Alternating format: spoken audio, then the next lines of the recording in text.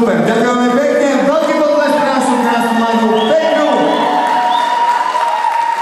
Ináč, počúvaj, môj mladý, vieš, jak sa doznáš, že si muž ako pri manželke pod papučou, vieš, že zistíš?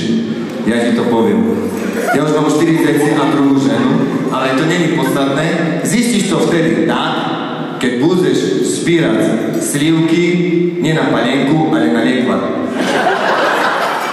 Dovolte, aby sme vám zagratulovali aj my Čerkovše. Ešte raz hovorím, veľmi sa tešíme, že sme tu. Síce strašne ďaleko, ale o to srdečnejšie vám chceme popriať všetko dobré.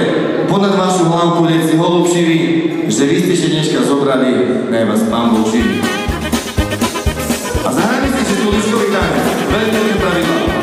Každý si musí nájsť svoju stoličku.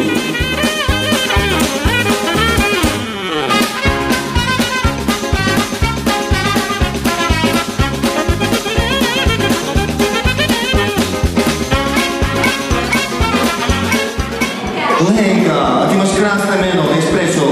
Lebo tvoje meno je všade. Dovolenka, Palenka, Milenka. Jak budeš staršia, tak ti to vysvetlím.